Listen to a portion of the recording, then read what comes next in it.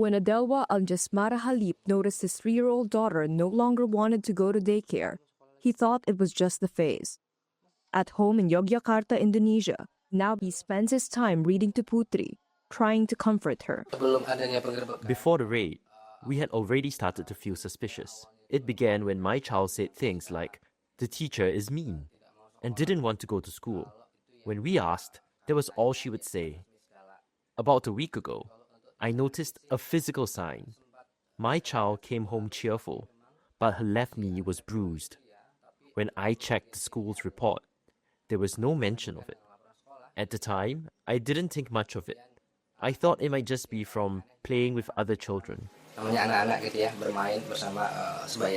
Police say Putri was among dozens of children aged between 2 and 6, allegedly abused at the Little Aresha Daycare Center. Authorities arrested 13 carers in late April, triggering national outrage and calls for tighter regulation of Indonesia's growing childcare sector.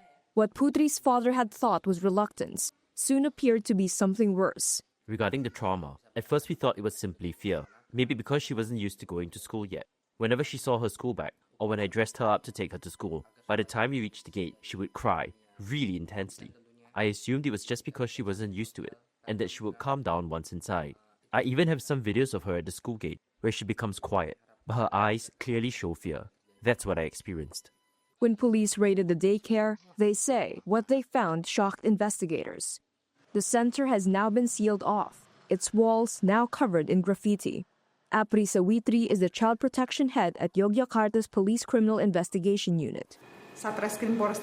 When we carried out the raid at the daycare, we found children in conditions where some babies were swaddled.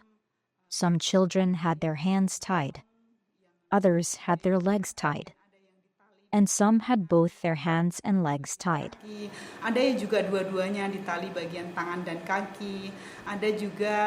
There was also a child whose leg was tied to a door.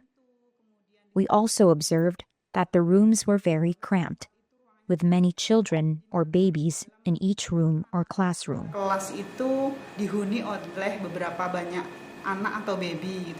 Reuters wasn't able to contact any of the suspects or their lawyers, and could not independently confirm the reports of abuse. Calls to the daycare went unanswered. But parents like Imedya Diwi Anjani say injuries were often explained away as playground accidents.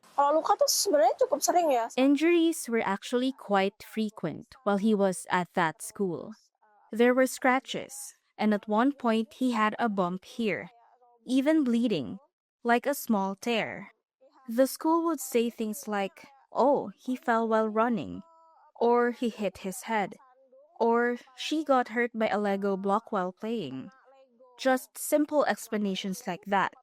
Also, he once had a bump on his head.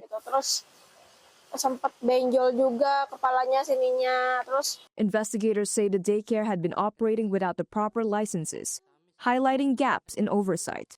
The case has prompted calls for stricter inspections and stronger protections for children. Police say the investigation is ongoing. For Putri, recovery will take time, one quiet moment at home at a time.